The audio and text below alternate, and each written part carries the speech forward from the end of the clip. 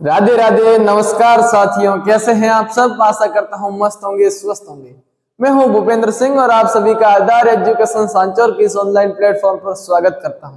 तो मैं ये क्लास लेकर आया हूं 12वीं क्लास के विद्यार्थियों के लिए और ये क्लास बहुत ही इंपॉर्टेंट होने वाली है, क्योंकि सिर्फ इन 4 लाइनों से आपके 4 नंबर पक्के होने वाले हैं। क्योंकि इन्विटेशन की मैं फिक्स लाइंस लेकर आया हूं, अब रटना आपको बिल्कुल भी नहीं है। ये 4 लाइनों को आपने समझ के रट लिया तो आपके 4 नंबर पक्के होने वाले हैं। 4 नंबर पक्के करने हैं तो वीडियो को अंत तक जरूर देखें। तो अब समझते हैं इनविटेशन एक्सेप्टिंग के बारे में कि उसकी फिक्स लाइन क्या है और कैसे लिखते हैं, उसका फॉर्मेट क्या होता है। आपको फॉर्मेट तो हर यूट्यूब पर सभी चैनल वाले समझाते हैं, लेकिन मैं आपके लिए फिक्स लाइंस लेकर आया हूं और ऐसे ही मैं आपके लेटर, रिपोर्ट, नोटिस सबकी फिक्स लाइंस लेके आऊंगा। तो अब हम समझते हैं इनविटेशन एक्सेप्टिंग की फिक्स लाइंस। ठीक है, सबसे पहले क्या लिखना है, मिस्टर या मिस्टर एक्स, जो भी उसके अंदर नाम दिया होगा क्वेश्चन के अंदर, वो लिखना है।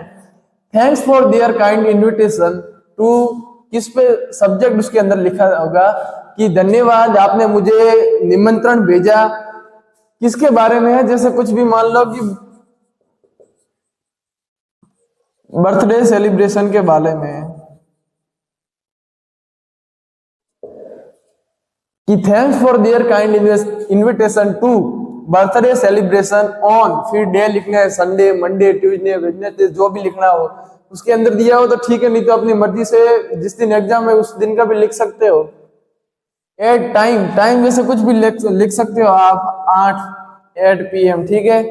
And his great pleasure in accepting, मुझे बहुत ही ये स्वीकार करने में बहुत ही प्रशंसा हो रही है। It and confirm the present at the venue of the schedule time, इसी समय के अनुसार, जो मतलब ऊपर दिया हुआ है कि उसी समय के अनुसार मैं मतलब इनविटेशन को स्वीकार करके अपने वेन्यू यानी जो स्थान होता है उस वेन्यू पर मैं शामिल हो जाऊंगा।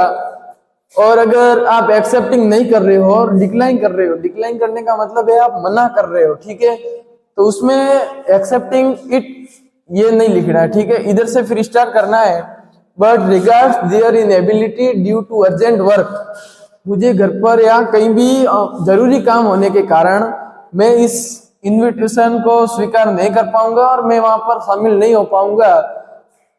मतलब डिक्लाइन यानी मना कर रहे हो, उसमें आप शामिल नहीं हो सकते हो, तो ये लाइन लिखनी है, ठीक है।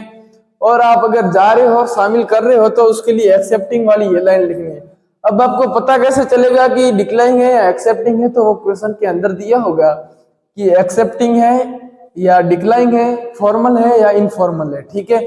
इनफॉर्मल क्या होता है, इनफॉर्मल अपने दोस्तों को या अपने जो रिश्तेदारों को उनको लिखा जाता है, और फॉर्मल है वो अधिकारियों और उनको लिखा जाता है, ठीक है। डिक्लाइन के लिए ये लाइन लिखनी है, एक्सेप्टिंग के लिए ये लाइन लिखनी है, लास्ट में लिखना है थैंकिंग यू, बेस्ट विशेस, ठीक है।